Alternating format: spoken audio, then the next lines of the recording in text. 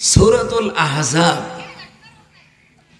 সূরাতুল আহজাব 22তম পারা 30 নম্বর আয়াত নাজিল হয়েছে। এর আয়াতের অর্থটা একটু বুঝে নেন। আল্লাহ পাক রব্বুল আলামিন ইরশাদ করেন, আকারনা ফি বুয়ুতিকুন্না ওয়ালা তাবাররুজনা তাবাররুজাল জাহিলিয়াতিল উলা। হে দুনিয়ার মায়ের জাতিরা,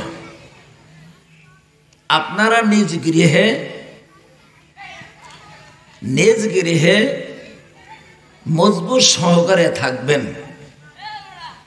ওয়ালা তাবাররুজনা তাবাররুজাল জাহিলিয়াতিল উলা, এবং আপনারা আপনাদের সৌন্দর্যকে আপনাদের রূপকে কোনো বেগানা পুরুষের সামনে খুলবেন না। ওয়ালা তাবাররুজনা তাবাররুজাল জাহিলিয়াতিল উলা, যেইভাবে এক সময় বর্বরতার সময় ছিল, মূর্খতা অজ্ঞতার সময় ছিল, ওই সময় মানুষ বেপরদা হয়ে তারা শ্বাসসহ্য হয়ে বেগানার সামনে যেত, ওভাবে আপনারা যাবেন না। আর আপনাদের কাজ হলো ওয়াকিমনা সলাতা, আর আপনারা নামাজ কায়েম করবেন, অর্থাৎ রীতিমতো আদায় করবেন। ওয়াতিনা যাকাতা, এবং আপনারা যাকাত প্রদান করবেন। এতটুক আপনারা বুঝছেন? সবাই কি বুঝতে পারছেন? একেবারে পুরো আয়াতটা নিয়ে না, অল্প, যেহেতু আমার আলোচনার দিকটা একটু তীক্ষ্ণ হবে। আয়াতে কারিমা অবতীর্ণ হওয়ার প্রেক্ষাপট, কারণ, এই আয়াতে কারিমা অবতীর্ণ হওয়ার কারণ কি, প্রেক্ষাপট কি? জনাবে সরকারে দো আলম সাল্লাল্লাহু আলাইহি ওয়াসাল্লাম যখন নবী হয়ে প্রকাশ হয়ে গেলেন, মক্কার অবস্থা তো খুবই শোচনীয় ছিল, মানুষ ভয়ভীতি পেত। তো তারপরেও কিছু সংখ্যক মা বোনেরা নবীর প্রেমে ভালোবাসায় নবীজির সাথে মসজিদে বাইতুল্লাহ নামাজ পড়াকে খুবই সওয়াবের কারণ মনে করতেন। আল্লাহর হাবিব সাল্লাল্লাহু আলাইহি ওয়াসাল্লাম তিনিও এই মা জাতিদেরকে এবং পুরুষ ভাইদেরকে লক্ষ্য করে আল্লাহর হাবিব ঘোষণা করলেন যে বাইতুল্লাহ শরীফে যেই ব্যক্তি 1 রাকাত নামাজ পড়বে, আল্লাহ সুবহানাহু ওয়া তাআলা তার আমল নামার মধ্যে 1 রাকাতে 1 লাখ রাকাত নামাজ পড়ার সব লিখে দিবেন। নবীজি ঘোষণা দিলেন, সাহাবায়ে কেরাম আরো উদ্বুদ্ধ হলেন, আরো আগ্রহী প্রকাশ করলেন, মা বোনেরাও আগ্রহ প্রকাশ করলেন। তো নবীজি একটা বেশি টাইম মক্কায় অবস্থান করতে পারেননি। তার কারণ হলো আল্লাহর হাবিব প্রকাশ্যভাবে ইসলাম ভালো মতো ওখানে সার্কুলার বা প্রকাশ করা বা দাওয়াত দেওয়ার কাজ করতে পারেননি। অবশেষে তিনি হিজরত করে হযরত আবু বকর সিদ্দিক রাদিয়াল্লাহু তাআলা আনহুকে নিয়ে তিনি হিজরত করার উদ্দেশ্যে মদিনার দিকে রওনা করলেন। তো বাইতুল্লাহ থেকে 6 কিলো দূর হীরা পর্বত যেটা বলে, ওটা হলো যেখানে কোরআন নাজিল হয়েছে। আর গারে সুর, অর্থাৎ নবীজি মদিনা থেকে যেতে, মক্কা থেকে যেতে মদিনায় পথিমধ্যে গারে সুর নামক একটা পাহাড়, সেই পাহাড়ে অবস্থান করলেন নবীজি সাল্লাল্লাহু আলাইহি ওয়াসাল্লাম এবং আবু বকর। আপনারা ঘটনা পুরো জানেন, আমি সেদিকে যাব না। আমার যেটা উদ্দেশ্য, আল্লাহর হাবিব ওখান থেকে রওনা করে, বিশাল ঘটনা আপনারা সবাই জানেন, ওখান থেকে রওনা করে মদিনায় পৌঁছে গেলেন। মদিনায় পৌঁছে যাওয়ার পরে সর্বপ্রথম যে মসজিদটা হলো, সেই মসজিদটা হলো আবু আইয়ুব আনসারী রাদিয়াল্লাহু তাআলা আনহুর ঘর। সুবহানাল্লাহ। নবীজি মক্কা থেকে মদিনায় আসতেছেন, এই খবর পেয়ে মদিনার বালকেরা, ছোট্ট ছোট্ট শিশুরা, তারা সারিবদ্ধ হয়ে 2 সাইডে লাইন দিয়ে দাঁড়িয়ে গেল। নবীজি আসতেছেন, তো তাদের মুখ থেকে, জবান থেকে সুন্দর ছন্দ বের হয়ে গেল। তালা আল বদরু আলাইনা মিন সানিয়াতিল বিদাই আজাবা শুকরু আলাইনা আদা বেদা লিল্লাহ হিদাই। এইভাবে সুন্দর সুন্দর মিলায়া তারা এইরকম ভাবে নাত পড়া শুরু করলেন। তো আল্লাহর হাবিবকে সবাই চাইলেন উটের লেগাম ধরে একটু অবস্থান করাবেন। যেমন মনে করেন সরসিনা পীর সাহেব হুজুর যদি আসে, আমরা সবাই তো চাই যে একটু পাওটা আমাদের ঘরে ভালাউক। সরমনার পীর সাহেব হুজুর যদি আসেন, তাহলে আমরা চাই যে হুজুরে একটু আমার ঘরের সামনে হলে দাঁড়াক। এটা সবারই একটা আবেগ থাকে। ঠিক ওরকম ভাবে সবাই নবীজির উটের লেগাম ধরলো। তো ধরার পর আল্লাহর হাবিব বললেন যে সাহাবায়ে কেরাম তোমরা ধরো না, আমার উট মালিকের ইশারায় চলতেছে। সুবহানাল্লাহ। এখানে আমার নিজেরও কিছু করণীয় নাই, তোমরা আমার উটের লেগাম ছেড়ে দাও, উট স্বইচ্ছায় যেখানে বসে যাবে সেখানেই আমি অবস্থান করো। সুবহানাল্লাহ। কারণ এখানেই হলো সমাধান। কারণ সাহাবায়ে কেরামের মধ্যে ভালো ভালো আবেদ, সব থেকে ভালো চেহারামান, বংশীয়, দেখতে শুনতে সর্বোপরিভাবে ভালো লোক ছিল। কিন্তু সেখানে আল্লাহর হাবিব যদি কারো কাছে যায়, তাহলে যারা একটু নিম্ন শ্রেণীর তারা মনে করবে গরিব বলে আমাদের কোনো হুজুরে গ্রাহ্য করেননি। আবার গরিবের ঘরে যদি বসে বড় লোকেরা বলবে দেখছো বুঝছি খয়রাতের ঘরের খয়রাতের ঘরেই তো যাইবে, বড় লোকেরা আর ঈমান আনবে না। তো আল্লাহর হাবিব এখানে নিজের অস্তিত্বকে প্রকাশ না করে বললেন যে ইশারা আল্লাহ পাকের উপরে ছেড়ে দাও। আমার আল্লাহ পাক যেখানে ইশারা করেন, আল্লাহ পাক যেখানেই উটকে হুকুম করেন সেখানে বসে যাবে, সেখানে আমার অবস্থান হবে। সুবহানাল্লাহ।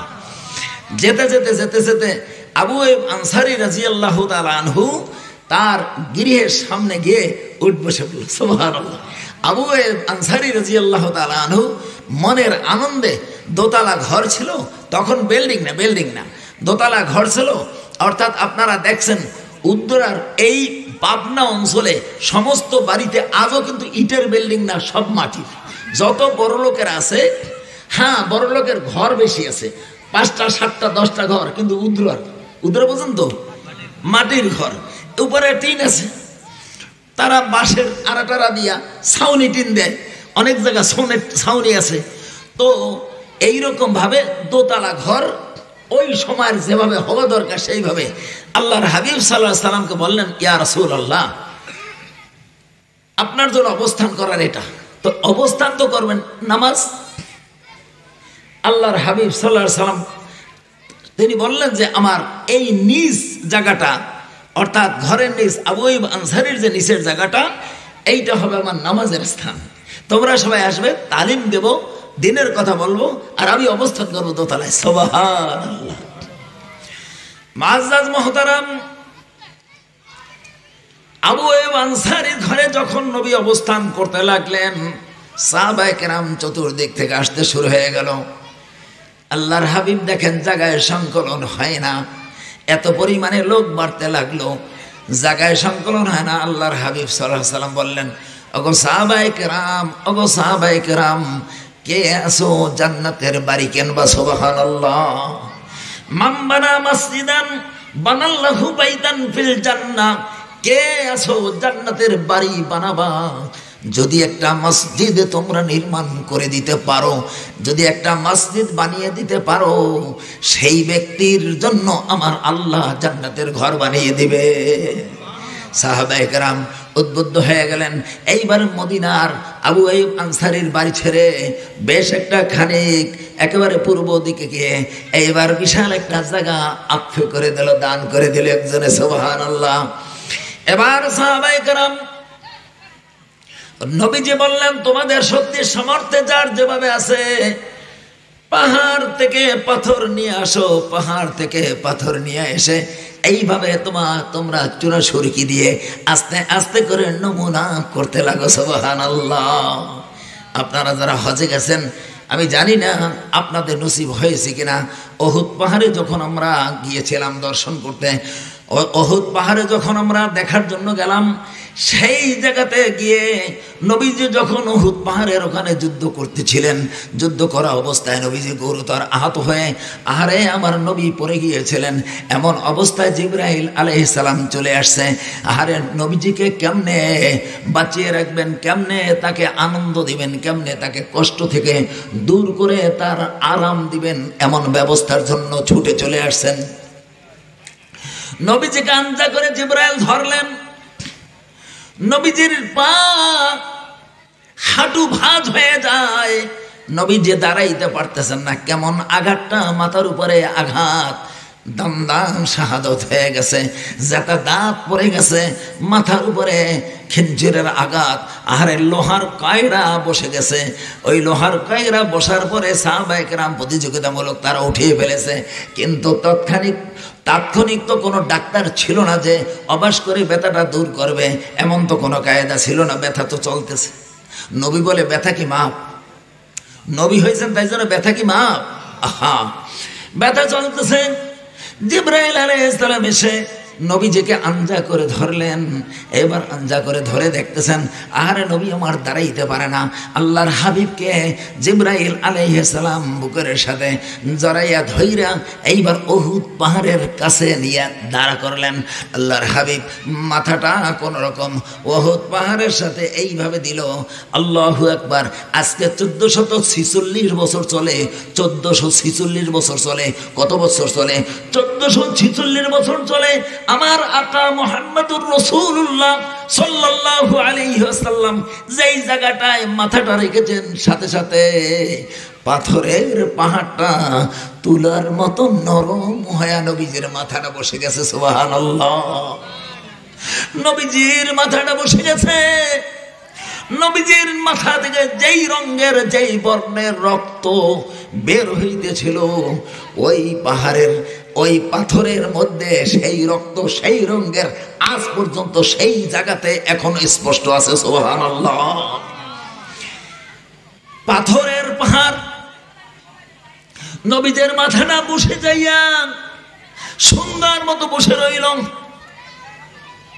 কিন্তু এদিকে ঠ্যাং সোজা রাখতে পারে না।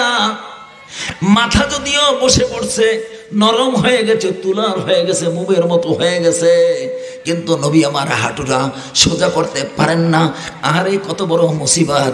আল্লাহর হাবিব সাল্লাল্লাহু আলাইহি ওয়াসাল্লাম এই কষ্টের মধ্যে জিবরাইল চিন্তা করলেন এই জায়গায় নবীজিকে তো রাখা সম্ভব নয়, নবীজিকে একটু শয়ন করাইলে মনে হয় নবীজি আরাম পাবেন। সুবহানাল্লাহ।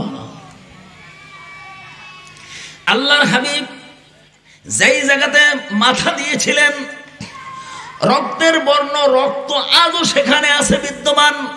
শুধু তাই নয়, 1446 বছর পরে হাজিরা তাদের নাক নিয়া সেই পাহাড়ের রক্তের উপরে নাকটা টান দেয়, আর জান্নাতি মেশক আম্বরের ঘেরান আজও আসতেছে। সুবহানাল্লাহ।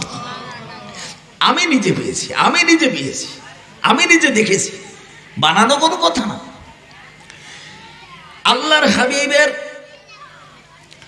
আল্লাহর হাবিবকে জিবরাইল নিয়ে আর মাত্র 3-4 হাত একটু পশ্চিম দিকে নিয়ে দুইটা বিশাল বড় বড় পাহাড়, ওই পাহাড়ের মধ্য থেকে একটু দোগারার মতো পথ, বের হওয়া যাবে না, এ মাথা থেকে ও মাথা বের হওয়া যাবে না, একটু ফাট, কিন্তু ফাটটা এতটুক যেখান থেকে পুরো যাওয়াও যায় না। বড় একটা ভেজালের জায়গা না? কাল্পনিক কথা না, গল্পের কথা না। আল্লাহর হাবিবকে যখন সেই ফাটা জায়গার কাছে জিবরাইল নিয়ে হাজির হয়ে গেছে, আহারে চোখে না দেখলে বিশ্বাস করা যাবে না, সাথে সাথে দুইটা পাহাড় মিশে এক হয়ে গেছে। সুবহানাল্লাহ। আল্লাহর হাবিবের জন্য শুধু না, আল্লাহর হাবিবকে ওই দুইটা পাহাড় যখন ফাট এক হয়ে গেছে, এইবার একটু জায়গা হয়ে গেছে, নবীজিকে বসাইলেন। বসানোর সাথে সাথে আল্লাহু আকবার, এইবার পাথরের পাহাড়টা সুন্দর মতো একটা চেয়ারের মতো, হুইল চেয়ারের মতো সুন্দরভাবে একটা জায়গা হয়ে গেছে। সুবহানাল্লাহ। আহারে একটা মানুষ ঠ্যাং ছেড়ে দিয়ে ভাঁজ হয়ে যেন সুন্দর মতো শয়ন করতে পারে এমন কায়দা হয়ে গেছে। সেই জায়গাটা আজকে 1446 বছর পরেও হাজী সাহেবরা সেখানে গিয়ে তাদের নাক টান দিলে সেখানেও মিশক আম্বারের ঘ্রাণ পেতে থাকে। সুবহানাল্লাহ। আল্লাহর হাবিব জোহরের নামাজ যাই যাই অক্ত একেবারে শেষ প্রান্তে চলে গেছে। আল্লাহর হাবিব বলেন, বেলাল রে, নামাজ কিন্তু আদায় হয় নাই, জোহর আদায় হয় নাই। ফজর পরে যুদ্ধে লেগেছিলাম, জোহর নামাজ আদায় হয় নাই। বেলাল, নামাজের ব্যবস্থা কি করবা? বলে, হ্যাঁ রাসূলুল্লাহ, অর্ডার হইলেই করব। বেলাল, আজান দাও, আজান দাও। এইবার নবীজি আজান শুনে এইবার সেখান থেকে উঠে বলে, সাহাবীরা, নামাজ তো একা পড়ব না। সুবহানাল্লাহ। নামাজ তো একা পড়বো না রে সাহাবীরা, নামাজ তো জামাতে পড়বো, তবে জায়গাটা একটু বানাও। আল্লাহর হাবিব যেখানে শয়ন করা ছিলেন, হুইল চেয়ারের মতো দুইটা পাহাড় মিলে হইল, ওই জায়গা থেকে একটু ডান দিকে আগাইয়া মনে করেন 20 জন লোক একত্রে নামাজ পড়া যায়, একটু জায়গা বালির উপরে, ওই জায়গার মধ্যে নামাজের ব্যবস্থা করলেন। সুবহানাল্লাহ। জোহরের নামাজ আদায় করলেন, আসরের নামাজ আদায় করলেন। এরপরে সাহাবায়ে কেরাম বলল, এই জায়গায় তো আমার নবীজির একটা সিজদা পড়েছে, 2 ওয়াক্ত নামাজ আল্লাহর হাবিব আদায় করেছেন, জায়গাটাকে একটু নমুনা করে রেখে দিই। ওই চুনা সুরকির মতো বাঙ্গা বাঙ্গা ইট আজও সেখানে আছে। আল্লাহু আকবার। সিলেট চান বালুগুলা আজও সেখানে আছে। কে রাখছে, কেমনে রাখছে, কোন জিবরাইল রাখছে, আল্লাহই ভালো জানে। আহারে, ওই জায়গার প্রত্যেকটা বালুকণা হাতে নিয়ে নিয়ে ঘেরান শুকে দেখছি, মেশক আম্বরের ঘেরান আজ পর্যন্ত সেখানে পাওয়া যায়। সুবহানাল্লাহ। আল্লাহর হাবিব সুস্থতা লাভ করলেন, ওখান থেকে সুস্থ হয়ে মদিনায় চলে আসলেন। মদিনায় আসার পরে এইবার তিনি পুরা আরোগ্য হয়ে এইবার আবার নিজের দায়িত্ব পালন করা শুরু করলেন, ইমামতির দায়িত্ব। আল্লাহর হাবিব ইমামতি করতে গিয়ে আহারে ওই হাদিস আবার বর্ণনা করলেন, ও সাহাবায়ে কেরাম, আমি মুহাম্মদুর রাসূলুল্লাহ মদিনার ইমাম, মক্কা ইমামতি করতে পারি নাই, অবুজরা আমাকে চিনে নাই, বোকা মানুষগুলা আমার মূল্যায়ন করে নাই। আমি মদিনায় এসেছি, মদিনায় আসছি যখন তোমরা আমি নবীর পিছনে মদিনার মসজিদে যদি নামাজ পড়ো, তাহলে 1 রাকাতে 50,000 রাকাতের সব তোমাদের আমলে দেওয়া হবে। তাহলে বাইতুল্লাহর অর্ধেক, বাইতুল্লাহর 1 রাকাতে 50,000 রাকাতের সব। শোনার সাথে সাথে মদিনার সমস্ত অলিতে গলিতে মা বোনেরা যে যেখানে ছড়ানো ছিটানো ছিল, সবাই একত্র হয়ে নবীজির পিছনে নামাজ পড়তে কত আনন্দ, কত মন খোলা। তারা এইবার নবীজির পিছনে নামাজ পড়ার জন্য আসতেছে। রেগুলার তারা 5 ওয়াক্তে নামাজে আসে। এইবার আল্লাহর হাবিব অত্যন্ত আনন্দ, মুসল্লিও বেশি, পুরুষ আসে, মহিলারা আসে, বাচ্চারা আসে, হিজলা, আমাদের দেশে হিজলা যারা, এই হিজলারা আসে, সমস্ত লোকগুলো আসে। নবীজি বলল, একটা কাজ করো, এভাবে ঘরে মিলে হইলে হবে না, তোমরা পুরুষেরা সামনে থাকবা, এরপরে বাচ্চারা থাকবে, এরপরে বাচ্চারা থাকবে, এরপরে হিজলারা থাকবে, তারপরে শেষবারে একেবারে মহিলারা থাকবে। তবে তারাও নামাজের সব পাবে, কিন্তু পুরুষের লগে না। কিন্তু এই কথাটা আল্লাহর হাবিব ভাগ করে দিয়ে দিলেন, কিন্তু সাহাবায়ে কেরাম ওইভাবেই চলতেছে। একজন সাহাবী হযরত ওমর ফারুক রাদিয়াল্লাহু তাআলা আনহু, ওনার কাছে একটু কেমন লাগলো, বিষয়টা কেমন লাগলো, যেহেতু হযরত ওমর রাদিয়াল্লাহু তাআলা আশাদ্দু ফিল আমর, দিনের কাছে হযরত ওমর রাদিয়াল্লাহু তাআলা সবথেকে কি ছিলেন, কঠোর ছিলেন। কি ছিলেন? কঠোর। পুরা 30 পারা কোরআনুল কারীমের মধ্যে আল্লাহ পাক রব্বুল আলামিন হযরত ওমর রাদিয়াল্লাহু তাআলা শানে 12 খানা আয়াত নাযিল করেছেন। সুবহানাল্লাহ। আর হযরত আবু বকর রাদিয়াল্লাহু তাআলা শানে 1 খানা আয়াত। ওই যে গারে সুর, যখন আবু বকর বলেছিলেন, হুজুর এখন আর বাছার কায়দা নাই, ধরে ফেলবে, আসছে, ওই যে পাও দেখা যায়, তখন হযরত নবী পাক সাল্লাল্লাহু আলাইহি ওয়াসাল্লাম আবু বকরকে সান্ত্বনা দিছিলেন। আবু বকর ভয় দেয়, ইন্নাল্লাহা মা'ানা, ইন্নাল্লাহা মা'ানা, নিশ্চয়ই আল্লাহ আমাদের সাথে আছে। এখানে আবু বকরের এই আয়াত পাওয়া যায়। কিন্তু হযরত ওমরের শানে আল্লাহ পাক 12খানা আয়াত নাজিল করেছেন। তাহলে বোঝা গেল যেখানেই ওমরের মত সেখানে আল্লাহ পাকের সিদ্ধান্ত। সুবহানাল্লাহ। হযরত ওমর নিজের কাছে একটু কেমন লাগলো, নিজের কাছে একটু কেমন লাগলো, মহিলারা পুরুষেরা বাচ্চারা সবাই মিলে একত্রে নামাজ পড়বে, এটা আমার কাছে ভালো লাগে না। কিন্তু নবীজির সিদ্ধান্তের বিরুদ্ধে তো করা যাবে না। করা যাবে? নবীজির এগেনস্টে কোনো সিদ্ধান্ত নেওয়া যাবে না। কিন্তু ওমরের তো ভালো লাগে না। ওমর বলে আমি ঘটনা ঘটাইয়ে দেব, ফয়সালা আমার মালিকের থেকে আসবে। সুবহানাল্লাহ। ঘটনা যদি আমি না ঘটাই তাহলে কোনো সিদ্ধান্ত আসবে না। এইবার তিনি প্ল্যান করলেন, এইবার তিনি প্রস্তুত হয়ে গেলেন যে আমার মেয়ে হলো হাফসা রাদিয়াল্লাহু তাআলা আনহা, যিনি নবীজির স্ত্রী। ওমরের মেয়ে হাফসা রাদিয়াল্লাহু তাআলা আনহা নবীজির স্ত্রী। ওমরের মেয়ে তিনি এইবার চিন্তা করলেন যে আমি সিদ্ধান্ত করে আমি একটা গন্ডগোল বাজিয়ে দেব।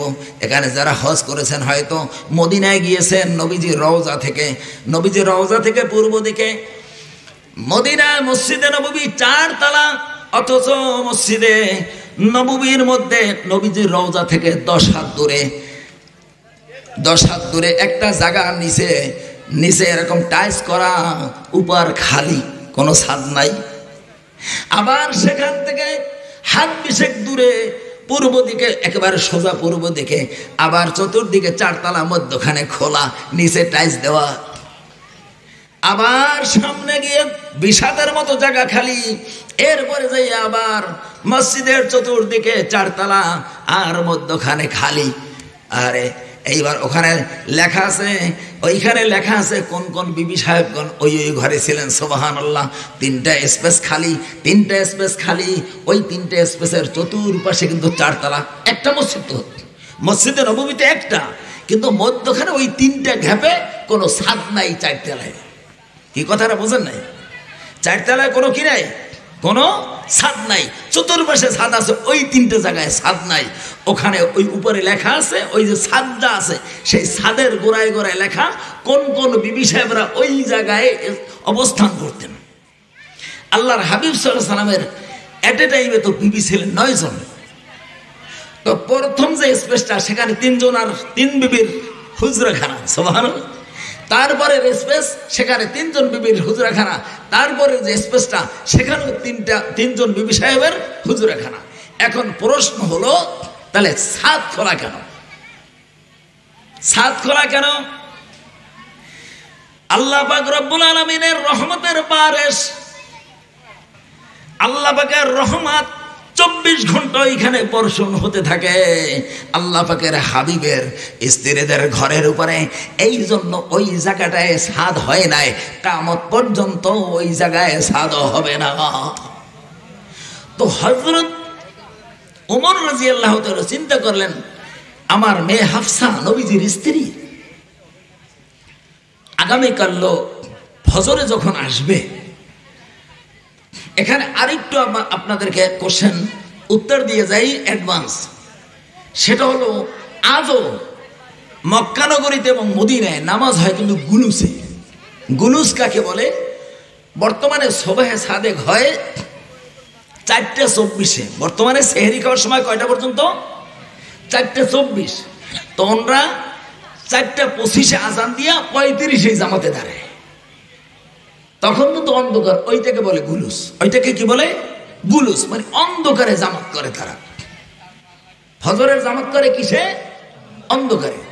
আর আমরা যারা হানিফি আছি আমরা নামাজ পড়ি এসফারে। কিসে নামাজ পড়ি? এসফার। সফরন মানে পরিষ্কার হয়ে যাওয়া, উজালা হয়ে যাওয়া, আলোকিত হয়ে যাওয়া। দেখেন আমাদের ফজরের জামাত যখন শুরু হয় আমরা লাইট, ভিতরের লাইট বন্ধ করে দিই না, যাতে পরিষ্কার হয়ে গেছে। তো গুলুসে নামাজ পড়তেন, নবীজিও গুলুসে নামাজ পড়তেন। অন্ধকার, নামাজের সময় হয়ে গেল, ওমর নবীজির পিছনের মুসল্লি। আজকে হযরত ওমর রাদিয়াল্লাহু তাআলা আনহু নবীজির পিছনে নাই, অন্য অন্য সকল মুসল্লিরা আসছে, ওমর নাই। ওমর গন্ডগোল বাজাইতে গেছে, সুবহানাল্লাহ। কেউ জানে না, কেউ জানে না। এইবার ওমর প্ল্যান করেছে, তিনি একটা ওই যে নবীজির স্ত্রীদের হুজরা, ওই হুজরার পাশে, এখন তো মসজিদ, তখন তার মসজিদ ওরকম ছিল না, ছোট, ওই যে রিয়াজুল জান্নাহ ওইটুক। আল্লাহর হাবিবের স্ত্রীরা জামাতের জন্য আসতেছেন, সবাই দাঁড়িয়ে গেছেন, ওমর পালিয়ে রয়েছেন, পাহাড়ের পাশে পালিয়ে রয়েছেন, যেন কেউ দেখে না। এইবার সবাই যখন নামাজে দাঁড়িয়ে গেছেন, নিয়াত বেঁধেছেন, হযরত ওমর পিছন থেকে এসে এইবার মুখটুক ঢাইকা আল্লাহু আকবার দিয়া দাঁড়িয়ে গেছেন। নামাজে শেষ হয়েছে, সালাম ফিরে এসে যেমন তিনি শেষে এইসা নিয়াত করেছেন, এইবার তিনি মসজিদ থেকে সর্ব অগ্রে বাহির হয়েছেন, সবাই আগে বাহির হয়েছেন। আবার ওই পাহাড়ের পাশে ঢালে যাইয়া লুকাইয়া আছে। হযরত ওমর লুকায়া থাকার কারণে হযরত হাফসা রাদিয়াল্লাহু তাআলা আনহা কে কে মেয়ে, সে কে মেয়ে, হযরত ওমরের মেয়ে না। ওমর পাহাড়ের ঢালে লুকাইয়া আছেন। হাফসা রাদিয়াল্লাহু তাআলা আনহা নামাজ শেষ করে হুজরা মুবারকের দিকে যাইতেছেন। হযরত ওমর পিছন থেকে এসে আহারে কাপড়ের আঁচল ধরে টান দিয়ে আবার পাহাড়ের ঢালে যাই লুকাইয়া রয়েছেন, সুবহানাল্লাহ। তাহলে কাপড়ের আঁচল ধরে টান দিলেন কে? বাবা। কার টান দিলেন? মেয়ের টান দিলেন। যদি খোদা না খাস্তা হযরত ওমর রাদিয়াল্লাহু তাআলার পিছন থেকে এসে চোখটা চাইপা ধরতেন, তাও বৈধ ছিল কিনা, ছিল, কিন্তু সতর্কতা অবলম্বন করেছে। একজন মেয়ে যখন বয়সপ্রাপ্ত হয়ে যায়, একজন মেয়ে যখন বালেগা হয়ে যায়, তখন বাবাও ওই মেয়েকে স্পর্শ করতে পারে না। কি কথাটা বোঝেন না? একজন মেয়ে যখন বয়সপ্রাপ্ত হয়ে যায়, 10-এর উপরে চলে যায়, 12-এর উপরে চলে যায়, ওই মেয়েকে নিজ বাবাও স্পর্শ করতে পারবে না। এটাই হলো ওমর শিক্ষা দিলেন।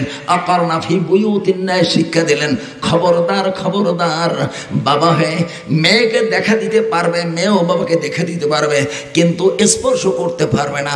বাবা অসুস্থ হয়েছে, মাথায় পানি দেওয়ার সময় মাথায় হাত দিতে পারবে না, হাত বানাতে পারবে না, পা বানাতে পারবে না। মেয়ে পারবে না, মেয়ে পারবে না, কারণ মেয়ে হলো বয়সপ্রাপ্ত। বয়সপ্রাপ্ত মেয়ে বাবার কোনো খেদমত করতে পারে না। কাপড় চোপড় ধুইতে পারবে, বিছনা করে দিতে পারবে, কিন্তু গায়ে স্পর্শ করতে পারবে না। হযরত ওমর রাদিয়াল্লাহু তাআলা আনহু কাম বাজাই দিলেন, কাপড়ের আঁচল ধরে লুকায় গেলেন। হযরত হাফসা রাদিয়াল্লাহু তাআলা আনহা পিছনে তাকিয়ে দেখেন কেহ নাই, পিছনে তাকিয়ে দেখেন কেহ নাই। এবার হাফসা রাদিয়াল্লাহু তাআলা আনহার জবান খুলে গেল, তোরা কি জানো না আমি কে? আমার স্বামী হলেন আকায়ে নামদার তাজেদারে মদিনা মুহাম্মদুর রাসূলুল্লাহ সাল্লাল্লাহু আলাইহি ওয়াসাল্লাম। তোরা কি জানো না আমি কে? আমি তো ওমর ইবনুল খাত্তাব রাদিয়াল্লাহু তাআলা আনহুর মেয়ে। তোরা কি জানো না আমার কাপড়ের আঁচল ধরে কে আমাকে অসম্মানী করলি রে? যদি আকা আমার জেনে যায়, যদি ওমর ইবনুল খাত্তাব জেনে যায়, তাহলে গর্দান জমিনে রাখবে না। সুবহানাল্লাহ। ওমর শোনে না, শোনে না, শোনে না, শোনে না। ওমর মন দিয়ে শোনে। ওমর বলে কাম বাজাইয়ে দিছি, ঘটনা একটা কিছু ঘটবে। সুবহানাল্লাহ, সুবহানাল্লাহ। মুআজ্জাজ মুহতারাম, হাফসা রাদিয়াল্লাহু তাআলা আনহা হুজরা চলে গেলেন। নবী মুহাম্মদুর রাসূলুল্লাহ এশাকের নামাজ সমাপ্তি করে এইবার হুজরায় আসলেন। আয়েশা দেখে হাফসা কাঁদতেছেন, মুখ বেজার।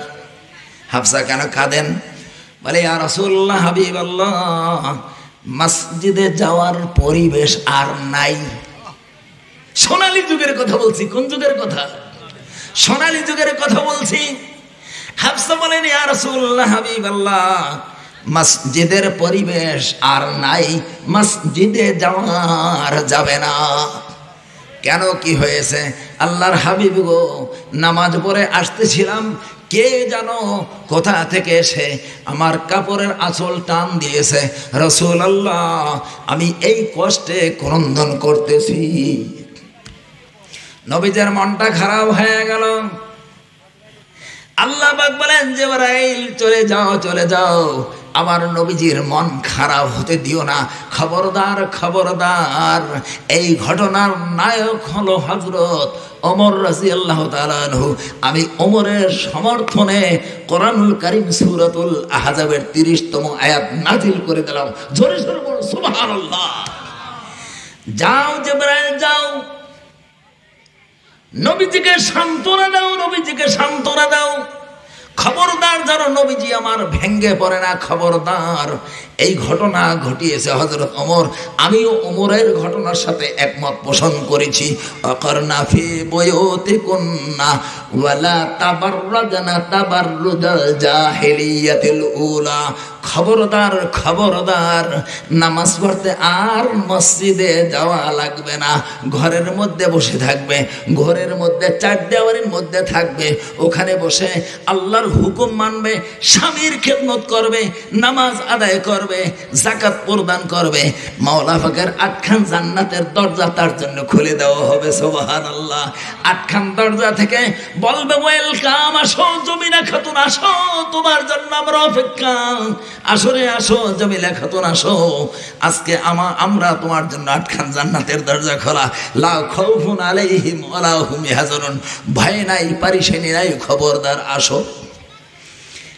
আয়াত নাজিল হয়েছে, আল্লাহ পাক পাঠিয়েছেন জিবরাইলের মাধ্যমে, নবীজির কাছে আসছে। সেকেন্ডের মধ্যে উল্কার মতো বিদ্যুৎ গতিতে পুরো মদিনার মধ্যে ছড়ায় গেছে আয়াত। দেখবেন আপনি নেক ভালো কাজ যুগ যুগ ধরে করছেন, 20 বছর 30 বছর, কেহ জানে না।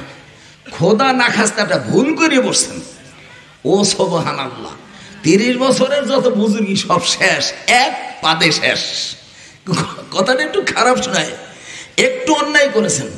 আয়াত নাজিল হয়েছে, তাৎক্ষণিকভাবে মদিনার সকল গলিতে গলিতে ঘরে ঘরে পৌঁছে গেছে।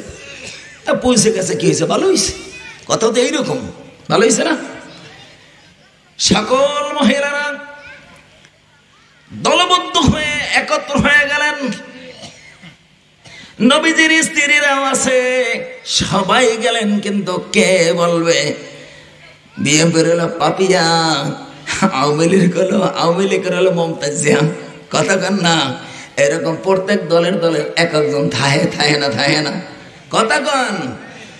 মুসলিম উম্মার জন্য নেককার একজন নেককার মানুষ, সাহসিকতার একজন মানুষ, মহিলা, সকল মদিনার মহিলারা এক হয়ে গেছে। কিন্তু নবীজির কাছে আপিল করার মতো সাহস কেউ রাখে না। কিন্তু সকল মহিলাদেরকে ভাষণ দিয়ে একত্র করে ওখানে আবদ্ধ করে রেখে একজন মহিলা দাঁড়িয়ে গেছে। একজন মহিলা আসমা বিনতে ইয়াজিদ আনসারী সাহাবী দাঁড়িয়ে গেছে। আসমা, ওনার আব্বার নাম ইয়াজিদ আনসারী। ইয়াজিদ মাবিয়া রাদিয়াল্লাহু তাআলার ছেলে, ইয়াজিদ না। আসমা বিনতে ইয়াজিদ আনসারী সাহাবী দাঁড়িয়ে গেছে। মদিনার মা বোনেরা, তোমরা যারা আয়াতে কারিমা শুনেছ সবার কাছে পৌঁছে গেছে। খবরদার, ভয়ের কোনো কারণ নাই, খবরদার, টেনশনের কোনো কারণ নাই। আমি তোমাদেরকে ওয়াদা দিলাম, সমাধান নবীর কাছে, নবীর থেকে আমরা নিয়ে আসবো। সমাধান আনতে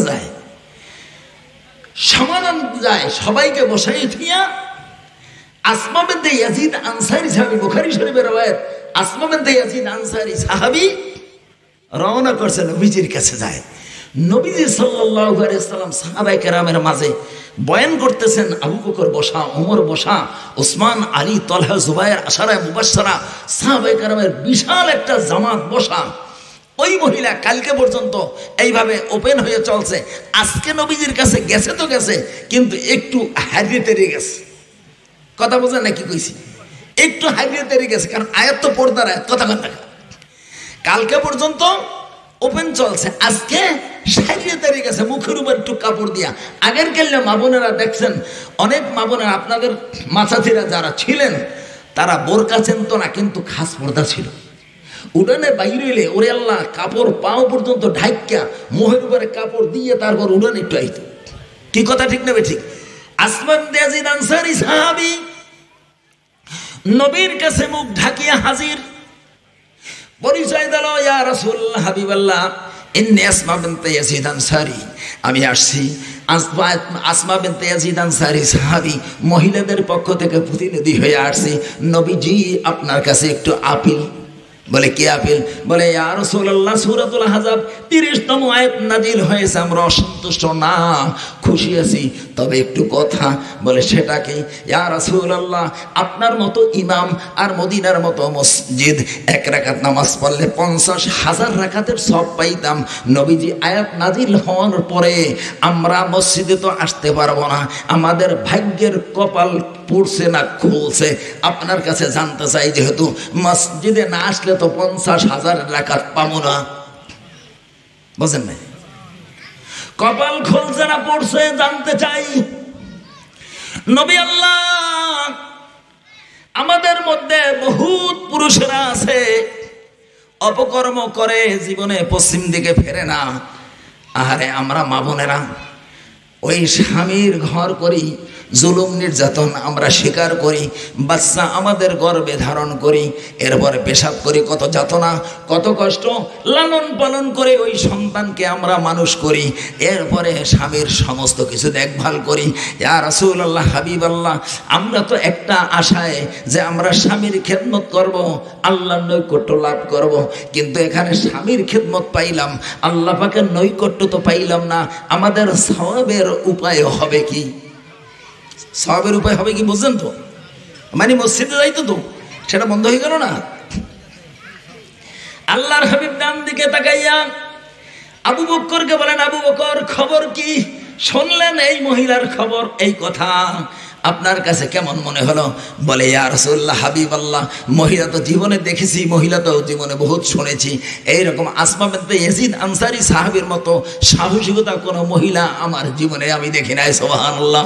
ওমর আপনার কি খবর? বলে একই। সাহাবায়ে কেরাম তোমাদের কি খবর? বলে ইয়া রাসূলুল্লাহ হাবিবাল্লাহ, এত বড় বুদ্ধিমতার কোনো মহিলা আমরা চোখে কোনোদিন দেখি নাই, এত সুন্দর তার প্রস্তাব এবং এই সমাধান নিতে আসছে, হুজুর তাকে সান্ত্বনা দিয়ে দেন। সুবহানাল্লাহ। আল্লাহর হাবিব বলেন, আসমা বিনতে ইয়াজিদ আনসারী সাহাবী, তোমাকে আমি সুসংবাদ দিতে পারি, কিন্তু আমারও একটা শর্ত আছে। শর্ত হলো আমি তোমাকে যেই বাণীটা পৌঁছাবো, বাল্লিগু আন্নি ওয়ালাউ আয়া, আমি যেই কথা তোমাকে পৌঁছাবো কিয়ামত পর্যন্ত এই বাণীটা সকল উম্মতকে তোমার পৌঁছে দিতে হবে। হুজুরের ব্যারিকেডটা বেতাল না? কিয়ামত পর্যন্ত পৌঁছে দিতে হবে। আসমা বিনতে ইয়াজিদ আনসারী সাহাবী বলেন, ইয়া রাসূলুল্লাহ হাবিবাল্লাহ, আমি ওয়াদা করলাম, আমি ওয়াদা দিলাম, আমার শরীরে যতদিন রক্তর বিন্দু মাত্র থাকবে আমি আপনার বাণী পৌঁছাইতে থাকবো। ইয়া রাসূলুল্লাহ হাবিবাল্লাহ, যতদিন পর্যন্ত রক্ত শেষ হয়ে আমার শরীরের মধ্যে পানি থাকবে আর রূহ থাকবে, আমি ততদিন পর্যন্ত আপনার এই বাণী পৌঁছাইয়ে দেবো। সুবহানাল্লাহ। রিলি করবে, রিলি করবে।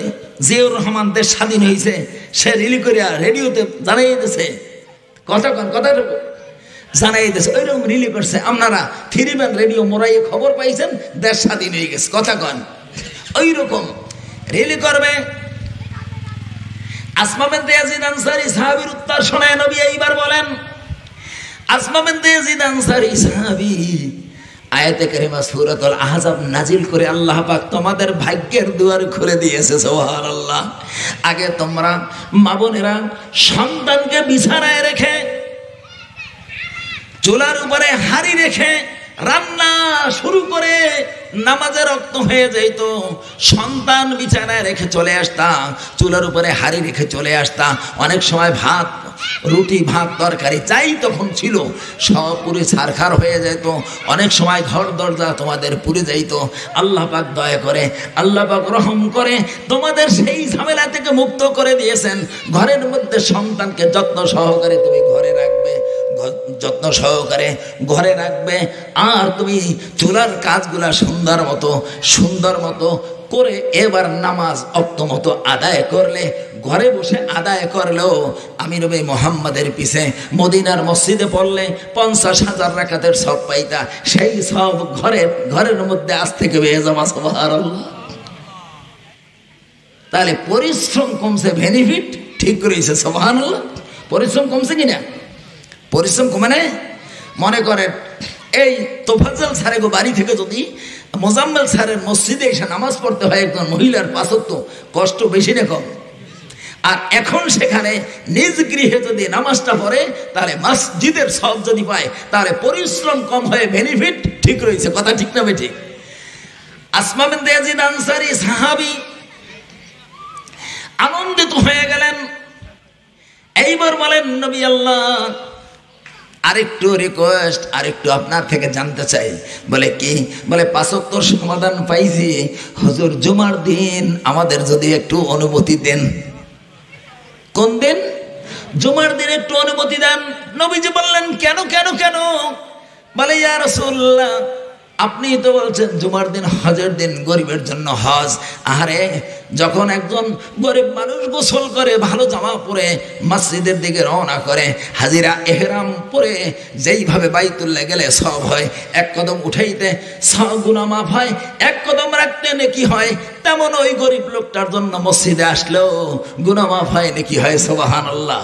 রাসূলুল্লাহ, হাবিবাল্লাহ, আমরা মা বোনেরা এই বরকতি সবটুক নেওয়ার জন্য জুমার দিন একটু আসতে অনুমতি চাই। আবার একটু সব থেকে ভালো খবর হলো, এলাকার মা বোনেরা একত্র যখন হব মত বিনিময় কুশলও করা যাবে। সুবহানাল্লাহ। নবীজি বলেন, আসমা বিনতে ইয়াজিদ আনসারী সাহাবী, মা বোনদেরকে জানাইয়া দিও, স্বামী যখন ক্ষেত খামার থেকে আসে জুমায় যাবে, স্বামী, বাবা, বড় ভাই, শ্বশুর কাজকর্ম ছেড়ে, দোকান বন্ধ করে, ড্রাইভারিং ছেড়ে দিয়ে, ভ্যানওয়ালা ভ্যান ছেড়ে দিয়ে বাড়িতে যখন আসে জুমায় যাবে, এইবার সেই মহিলা, ঘরের মা, ঘরের বোন, ঘরের স্ত্রী, ঘরের পুত্রবধূ, এইবার স্বামীর জন্য, শ্বশুরের জন্য, বাবার জন্য, দাদার জন্য, বড় ভাইয়ের জন্য যদি মেসওয়াকটা আগাইয়ে দেয়, আব্বা, শ্বশুর, বড় ভাই, দাদা, চলেন ঘাট পারে চলেন, আপনার লুঙ্গি, আপনার গামছা, আপনার মেসওয়াক, আপনার সাবান, আপনার জুতাটা আমি ঘাট খুলে নিয়ে আসতেছি। সুবহানাল্লাহ। চলেন টিউবওয়েলের কাছে নিয়ে আসতেছি। পরে এই কথা যখন কোনো মা বোন বলবে, গোসল করার শেষে, আব্বা জান, আমার স্বামী কোনোদিন সুযোগ পাই নাই, আপনি লুঙ্গিটা এখানে রাখেন, আপনি মসজিদে 5 মিনিট আগে চলে যান। এইবার তার কাছে গামছা দিবে, এইবার গামছা দিয়ে মোছার পরে লুঙ্গিটা দেবে, লুঙ্গিটা দেওয়ার পরে লুঙ্গি পরিধান করে যখন ঘরে আসবে, আল্লাহু আকবার, ঘরে আসার পরে ভালো একটা জামা দিয়ে দেবে হাতে। এইবার তার শরীরে একটু সুঘ্রাণ, গরমের সিজন হলে পাউডার অথবা আতর এই জাতীয় কিছু তাকে লাগাইয়ে দেবে, যাতে করে মসজিদে গেলে কোনো মানুষ যেন কষ্ট না পায়। সুবহানাল্লাহ। এই কাজটা ঘরের নিজের স্ত্রীর, নিজের মেয়ের, নিজের পুত্রবধূর, এই কাজগুলা তাদের নিজের নাতির, এরা এই কাজগুলা আঞ্জাম দিবে। বলে ইয়া রাসূলুল্লাহ, তারপর কি হবে? বলে শোনো, এই পুরুষ যখন নিজে এইবার শ্বাসসজ্জ হয়ে মসজিদে জুমার জন্য যাবে, মসজিদে জুমার জন্য গিয়ে মসজিদের দুয়ারে দাঁড়িয়ে জুতা যখন বাম পাও থেকে খুলবে, খুইলে এবার ডান পাও খুইলা বিসমিল্লাহি আল্লাহুম্মা ইফতাহলি বলে ডান পাওটা মসজিদের মধ্যে রাখবে, বাম পাও এখনো রাখে নাই, বাম পাও জুতার উপরে আছে। তাহলে 1 পাও বাহিরে, 1 পাও ভিতরে।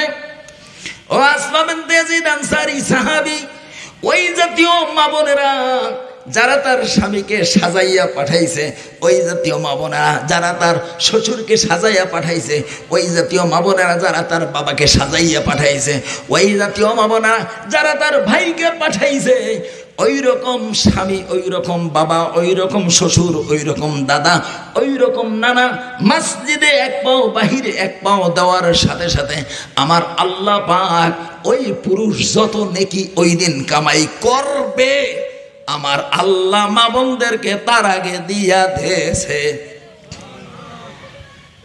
হ্যাঁ, অতীত আর ভবিষ্যতের ব্যাপার স্যার। অতীত মা বোনেরা পেয়েছে, আর পুরুষ পাইবে, এখনো পায় নাই। দেখছেন, বুঝলে কথা কি? বোঝেন নাই? বোঝেন নাই? মা বোনেরা পেয়েছে, পুরুষ মসজিদে এখনো ওঠে নাই, মসজিদে এখন ওঠে নাই, উনি তো পায় নাই। কথা কয় না খান, এখনো পায় নাই। ও আসমা বিনতে ইয়াজিদ আনসারী সাহাবী, জেনে নাও, মা বোনদেরকে রিলি করে শোনায় দাও। ওই মা বোনেরা যারা সাজাইয়া স্বামীকে মসজিদে পাঠাইছে, যারা সাজাইয়া নিজের বাবাকে পাঠাইছে, যারা সাজাইয়া নিজের শ্বশুরকে পাঠাইছে, যারা সাজাইয়া নিজের ভাইকে পাঠাইছে, জেনে নাও, জেনে নাও, জেনে নাও, ওই মা বোনেরা ওই ব্যক্তি যত নেকি জুমার দিন কামাই করবে সেই পরিমাণ নেকি মা বোনেরা আগে পাইয়া গেছে। সুবহানাল্লাহ। এবার পুরুষ মসজিদে উঠা 2 রাকাত দুখুলুল মসজিদ পড়লো, সব পাইলো। দুখুলুল 2 রাকাত তাহিয়াতুল ওযু নামাজ পড়লো, সব পাইলো। 4 রাকাত কাবলাল জুমা পড়লো, সব পাইলো। 2 রাকাত ইমামের সাথে পড়লো, সব পাইলো। বাদাল জুমা 2 রাকাত 4 রাকাত পড়লো, সব পাইলো। এইবার পড়বে, সব পাইবে, কিন্তু মা বোনেরা সুবহানাল্লাহ, সুবহানাল্লাহ, সুবহানাল্লাহ, সুবহানাল্লাহ। এবার মা বোনের হাতে রয়ে গেছে এক্সট্রা। কি রয়েছে এক্সট্রা? কত নামাজ তো বাকি। সুবহানাল্লাহ, আল্লাহু আকবার, আল্লাহু আকবার। মা বোনেরা নামাজ পড়ে নাই, স্বামী আসার আগে যদি পইরা লইতে পারে ভালো, স্বামী আসার আগে পইরা লইতে পারে ভালো। আর যদি চিন্তা করে আমার ভাত দুগা রেডি কইরা স্বামী তো আইসা পারবে, খানা দুগা জোগাড় কইরা আমি একটু ডুব দিয়ে নামাজে দাঁড়াবো, এর মধ্যে স্বামী আইলে ভাত গুন দিমু। সুবহানাল্লাহ। এবার মা বোনেরা তাদের নামাজের সব পেয়ে গেল। আসমা বিনতে ইয়াজিদ আনসারী সাহাবী কয়, হুজুর পাইছি। হুজুর আরেকটু প্রশ্ন। আবার কি? আবার কি? আল্লাহর হাবিব সাল্লাল্লাহু আলাইহি ওয়াসাল্লাম বলেন, ও আসমা বিনতে ইয়াজিদ আনসারী সাহেব আর কি? বলে, ইয়া রাসূলুল্লাহ, হাবিব আল্লাহ, আপনারা পুরুষদেরকে নিয়ে যুদ্ধের ময়দানে যান, আমাদেরকে একটু নেবেননি? বলে, হ্যাঁ কা? বলে, আপনারা যুদ্ধ করবেন, আমরা তাঁবুর মধ্যে থাকবো, যুদ্ধের মধ্যে আহত হয়ে আসবেন, ডাক্তার তো নাই, আমরা তেনা পুইরা পুইরা পট্টি দিব। হুজুর সাল্লাল্লাহু আলাইহি সাল্লামের আপন ফুফু সুফিয়া রাদিয়াল্লাহু তাআলা আনহা তিনি এই কাজ করতেন। সুবহানাল্লাহ। তখন পর্দার আয়াত নাযিল হয় নাই। কথা বুঝে আসছে? আসমা বিনতে ইয়াজিদ আনসারী সাহাবী বললেন, ওগো নবী আল্লাহ, যদি একটু সুযোগ দেন যুদ্ধের ময়দানে যাব। বলে, কেন?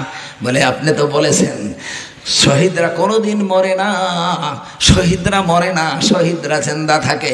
কিয়ামতের ময়দানে শহীদদের কোনো হিসাব নিকাশ হবে না। সুবহানাল্লাহ। চাইতেছি একটু শাহাদাতের মৃত্যু নেব। সুবহানাল্লাহ। ও আল্লাহর হাবিব, আমাদের পুরুষগণ যুদ্ধ করে তারা বাড়িতে গাজী হয়ে আসে, বিশাল একটা টাইটেল পায়, মুক্তিযুদ্ধ টাইটেল। বুঝলেন না কথা? যারা বাচ্চাদের কি কথা কয়, ইয়া রাসূলুল্লাহ, হাবিবাল্লাহ, যুদ্ধের ময়দান থেকে যারা ফিরে আসে তারা গাজী হয়ে যায়। আমাদের দেশের মুক্তিযুদ্ধ, আমাদের দেশে কি মুক্তিযোদ্ধা গাজী হয়ে আসে, তারা বিশাল সম্মানী হয়ে আসে। রাসূলুল্লাহ, হাবিবাল্লাহ, যুদ্ধে যাব। আল্লাহর হাবিব কয়, কেন? কয়, সাহাবাদের জন্য, আমরাও শাহাদাতের মৃত্যু পাবো, আমরাও গাজী হব।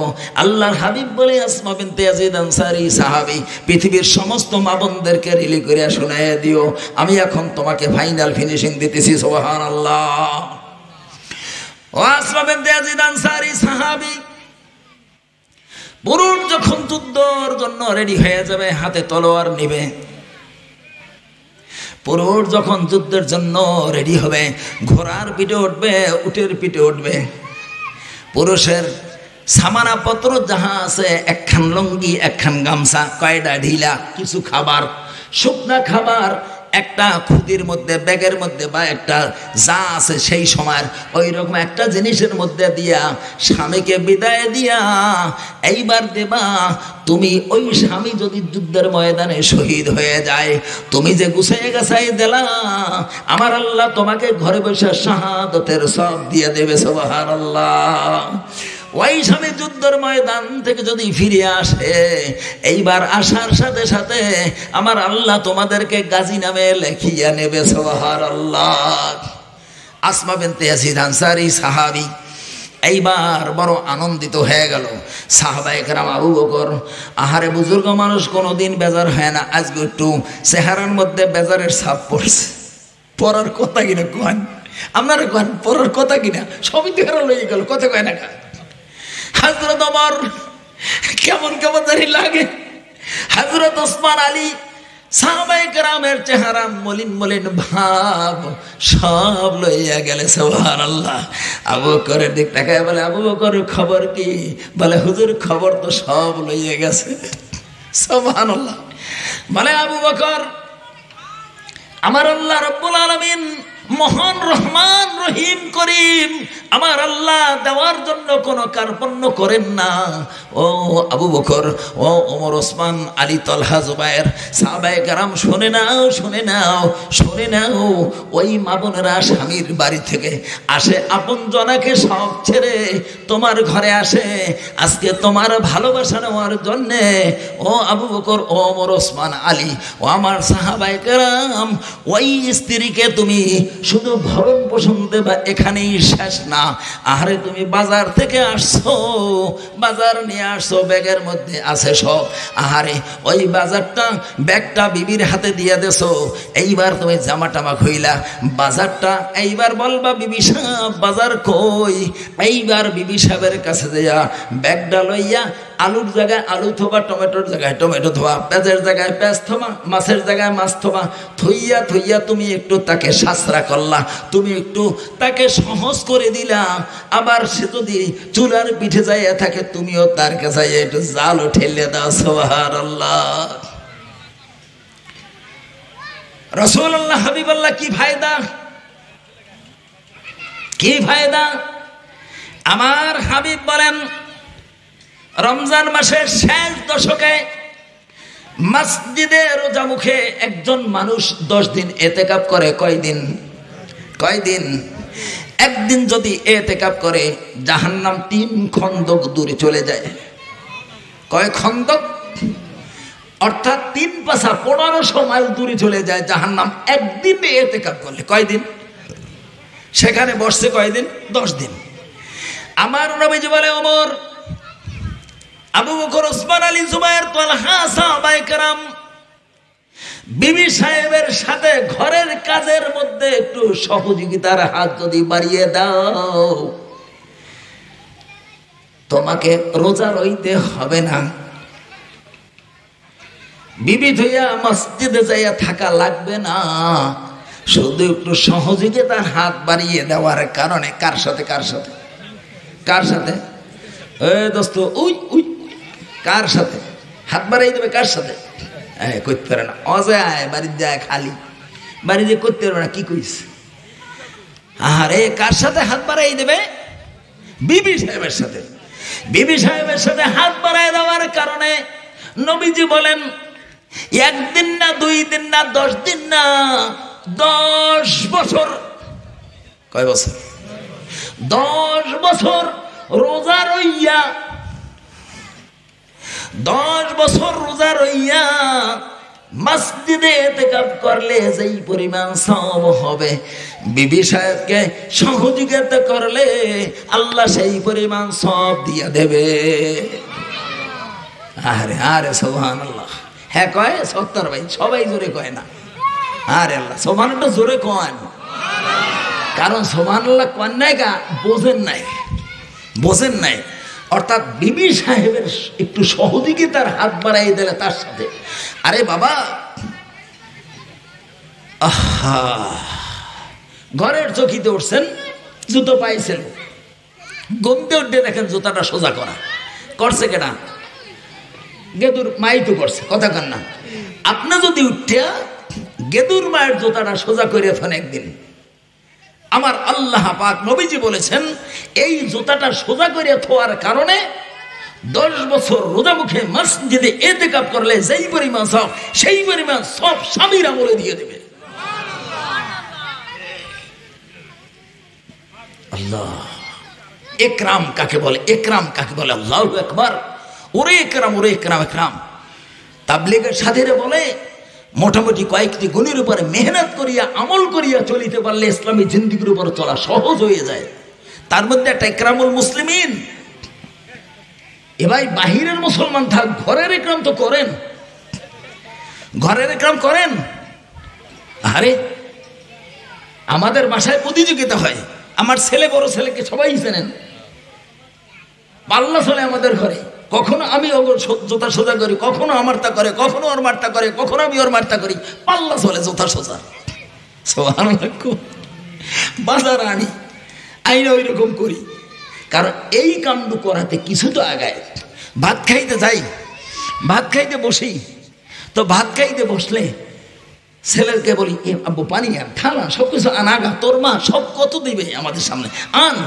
সুবহানাল্লাহ বলেন। মুআজ্জাজ মুহতারাম, এই ইকরাম আমাদের করতে হবে। আবু বকর, ওমর, সাহাবায়ে কেরাম খুশি হয়ে গেল, বেজার কেটে গেল, বেজারের ছাপ কেটে গেল। অর্থাৎ তাহলে পুরুষগণ নেক পাওয়ার একটা লাভের জায়গা পেয়েছে। সুবহানাল্লাহ। আল্লাহর হাবিব বলেন, ও সাহাবায়ে কেরাম তোমরা তো দেখো আমি আয়েশা রাদিয়াল্লাহু তাআলা আনহার সাথে তো আমি সহযোগিতা করি। সুবহানাল্লাহ। আপনারা জানেন তো মুআজ্জাজ মুহতারাম, মালাকুল মউত আজরাইল এসে শেষ ঘোষণা দিয়েছে। আমি আর সামনে টানতে পারলাম না। আমি আমার আলোচনা যতটুকু আপনাদের সামনে রেখেছি, ভুল ভ্রান্তি আল্লাহ পাক ক্ষমা করে আমাদের সবাইকে আমল করে দুনিয়া থেকে জান্নাতি সার্টিফিকেট নিয়ে যাওয়ার তৌফিক দান করেন।